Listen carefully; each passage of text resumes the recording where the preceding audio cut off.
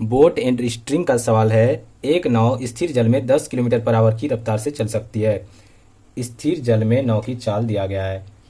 स्थिर जल में नाव की चाल कितना है?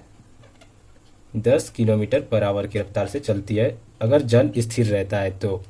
और कह रहा है सवाल में, यदि धारा की गति 2 किलोमीटर पर आवर है, अगर पानी बह रहा है तो धारा की गति कितना है? 2 किलोमीटर पर आवर है। 2 किलोमीटर पर आवर है। सवाल में कह रहा है क्या नाव की चाल धारा के साथ निकालने। अगर पानी बह रहा होता है तो नाव की चाल में दो कंडीशन बनता है। एक क्या बनता है? एक बनता है क्या, धारा के साथ बहता है।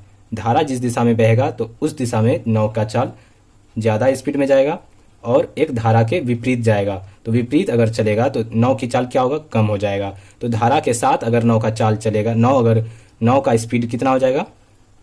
नाव का स्पीड यानी बोट और स्ट्रीम जुट जाएगा। तो बोट का स्पीड कितना दिया गया है? 10 किलोमीटर है, और प्लस धारा का गति कितना है? स्ट्रीम कितना है? 2 किलोमीटर है। तो धारा के साथ अगर चलेगा तो कितना हो जाएगा? 12 किलोमीटर पर आवर हो जाएगा नाव की चाल। अगर धारा के विपरीत चलेगा नाव, तो क्या हो जाएगा?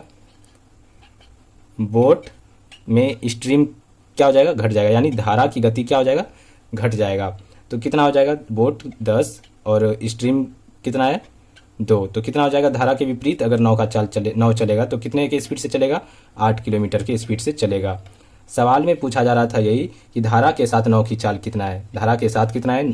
12 किलोमीटर पर आवर, और धारा के विरुद्ध कितनी होगी? तो धारा के विरुद्ध कितना है? 8 किलोमीटर पर आवर। ये हमारा सही आंसर हो जाएगा।